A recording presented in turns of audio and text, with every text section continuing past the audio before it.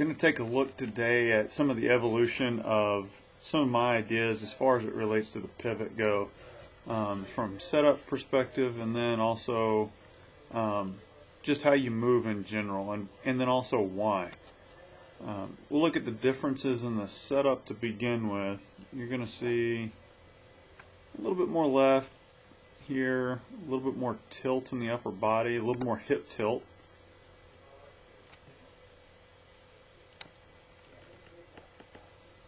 You've got the left hip quite a bit higher than the right hip, trying to match up the spine and the shoulders, right about there. Mr. Chin, are you back there? He's not. Okay.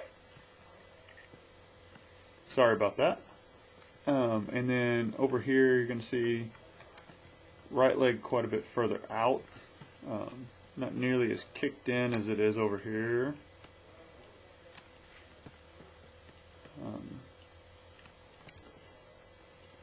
Obviously not set up as nearly as far forward. Hips are much more leveled off. Maybe a hair of tilt in them, but just for the most part more leveled off. Shoulders are in about the same ballpark. It's same thing you would see. I mean, right hand's below the left, so that's going to happen. So that's the setup difference.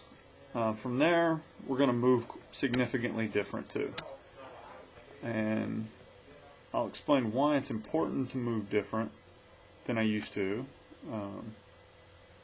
and what I'm gaining out of it. So as I start back, you're going to see a little bit of move. It's going to look kind of more lateral to that left arm parallel. There's going to be significantly less tilt of my upper body away from the target. Over here we're going to see a little bit more move to, still going to be a slight move to the right to begin with, but then my hips are going to start to swivel early. So there's a hair move to the right, but now my hips are going to start to swivel. And so I'm going to be significantly more tilted here in my upper body. Right along there.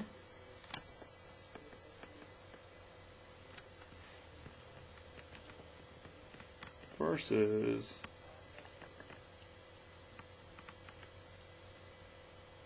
pretty different look over here. Not to mention the difference in the leg action. We're looking at about 10 degrees, and these are all ballparks. I mean, I'm not measuring this. I've seen all this in 3D, and it's significantly different, and it's going to line up pretty well with what I'm saying. But it's going to be, see, there's actually no move to the right in my pelvis, in the center of my pelvis, in that shot on the left of the new one. There would be a move to the left of the center of my pelvis in this shot on the right, even though it doesn't necessarily look like there's much lateral movement. There would be a swivel to the left. So this is actually a much more centered move, and this one is much less centered. Obviously my leg action is getting significantly different here. That's going to play a key role in what we're looking at as we get further into this golf swing. And that tilt is important because of where the center of mass of my body is moving. So as I go on up, the center of mass of my body will have moved. It's going to be pretty much right in front of my belt buckle. And that's going to be a little bit more over here. The center of mass of my body here is going to be right in front of my belt buckle, right in here. Well, and then it's going to, there we go. So it's the center of mass of my body has moved significantly more to the right. Here's why that's important. What happens, and this is where the leg action comes into play, is as I start down and as I start to move into my left side, the ground force vector, and these are all approximate. These are not, obviously this is not measured. So I'm going to basically use a very, very similar ground force vector, even though my ground force vector now should be more further forward. I'm just going to use a very similar looking ground force vector. Let's assume they're basically the same.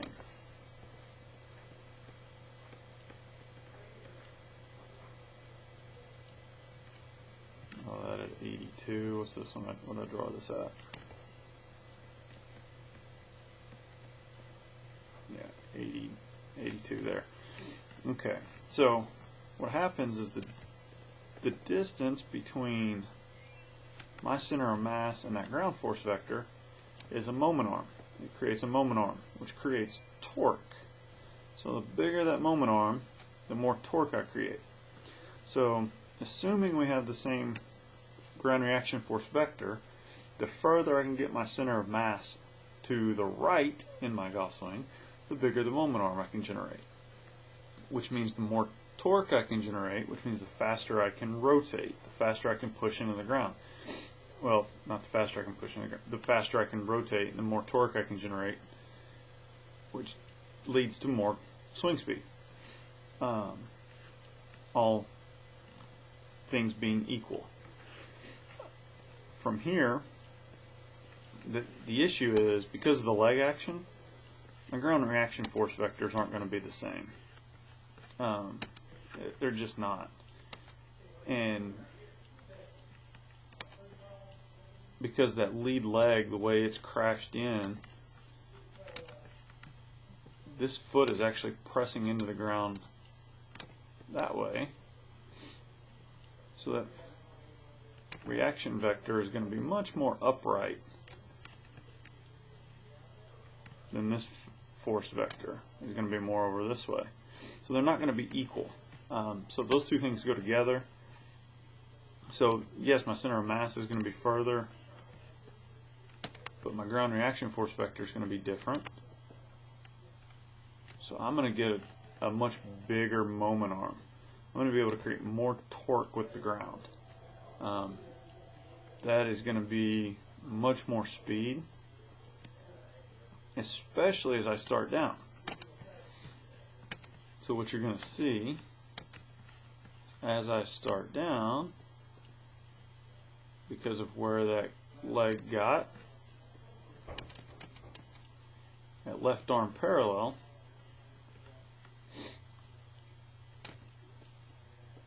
this happens. And you see this look a lot in a lot of my old students, and something that's just not very good. And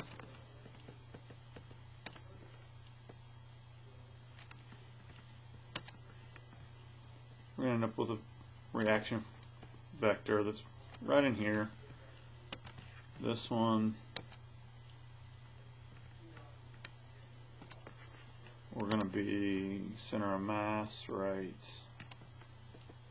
here. Now this force vector, we're going to be able to get much more over here. So still got a bigger moment arm. And that comes from where my legs are positioned to push into the ground. Is I'm here and here. I can push and get the reaction vector that way. So still have a bigger moment arm, still can generate more force. I can peak my force in the right spot. I used to peak it way too late. And I used to fight getting underneath the shot. Now I don't have that problem. So one of the things you see in the 3D of most good players, almost all, is that as they transition, the center of the chest is going to be ballpark right there, is in front of the center of the pelvis, which is going to be ballpark right there. You're going to see that over here. Center of the pelvis, the center of the rib cage is going to be pretty much right on top of it right there. I was measured a couple weeks ago, and actually center of my chest got just in front of center of my pelvis. Over here, no chance. There's 0% chance of that happening. When that happens, you're going to end up struggling with getting stuck underneath. You're going to have to really spin hard to get the arms out in front. Nowadays, I mean, my biggest issue is trying to get my arms down.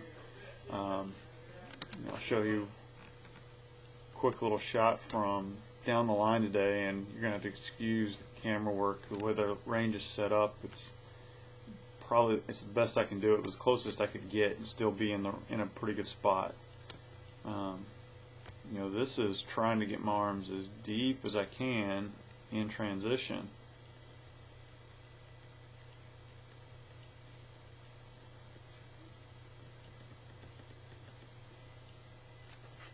And you're not going to see much down. I mean, it definitely moves down initially in transition. It's more down than out, but that's as down as I can get. I'm trying hard to get that thing down.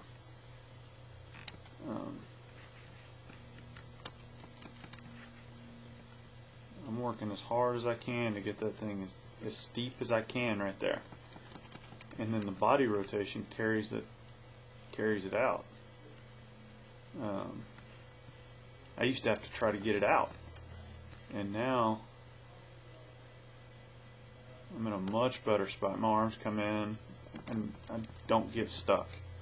That's not in my vernacular anymore. It used to be big time. I used to have to always work on getting my arms in front, get my arms in front. That's never something that even occurs to me at this point. So now I can get open, I can clear, I get more open, I can clear out. My shoulders work a little bit more vertically, which is good. I used to get too flattened because I was trying so hard to spin my upper body. Now you can see I can push off the ground when I'm supposed to. I can get my hands to rise more. I can get my hands lower, and then I can get my hands to rise more. That's a product of where my upper body's aiming.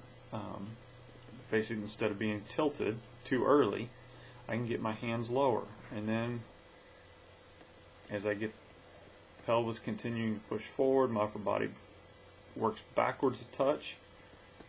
I get better extension through the shot, and I don't just beat down on it. I can compress the golf ball better. I get better spin loft because I'm not just beating down on it. So I've picked up significant amount of distance. Like I said, my driver club head speed, I used to be able to max out at about 109. Now I'm maxed out last year. The highest I got was 119.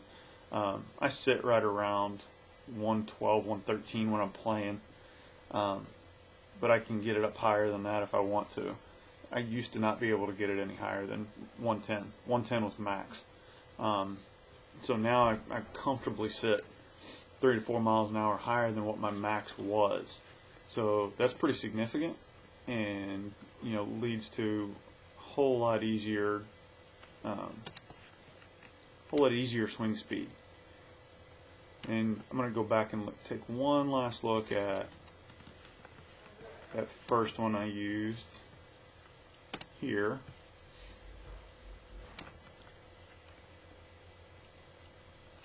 The stress I put on my left hip has also gone down. I used to not be able to practice for more than 30 minutes without my hip getting super sore. Now I can practice basically as much as I want. I obviously don't practice a lot, but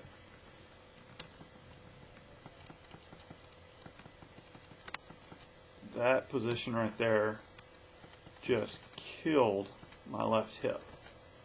It would hurt. It was sore. I just couldn't practice much. At some point, I was gonna end up hurting myself. I was gonna end up ripping up a hip. Now I don't have that issue. It's not even a concern. So the leg action there being different, the way my center of mass moves is different, the tilt in my upper body is different, and that changes how I'm able to move my arms. It affects everything, and in a good way. My golf swing's better. I hit the ball better. I didn't hit it bad on the other side, and I didn't hit it short. I struggled to elevate the golf ball, and now I don't have that problem. Now I can move it around. I could hit it high with that swing on the right, but I had to really work at it. Now I hit it. My normal ball flight's probably 10 to 15 feet higher. I can still flight it down if I want. I can hit it higher than that if I want. I mean, I can still hit different windows, but my stock shot is about 10 to 15 feet higher, with more speed, and all of those things have just made me a much better ball striker than I was, 5 to 10 years ago, and with a whole lot less practice. I rarely practice, and my TrackMan Combine score showed it this year, was much higher. My ball striking stats, last year I averaged just over 15 greens round in tournament conditions. So that's pretty solid for a guy who doesn't play and doesn't practice. And so that's some of the changes that I've made to my pivot and some of the reasons behind it. If you have any questions, feel free to post them, and look forward to hearing from you and hearing your feedback and continuing this discussion. Thanks.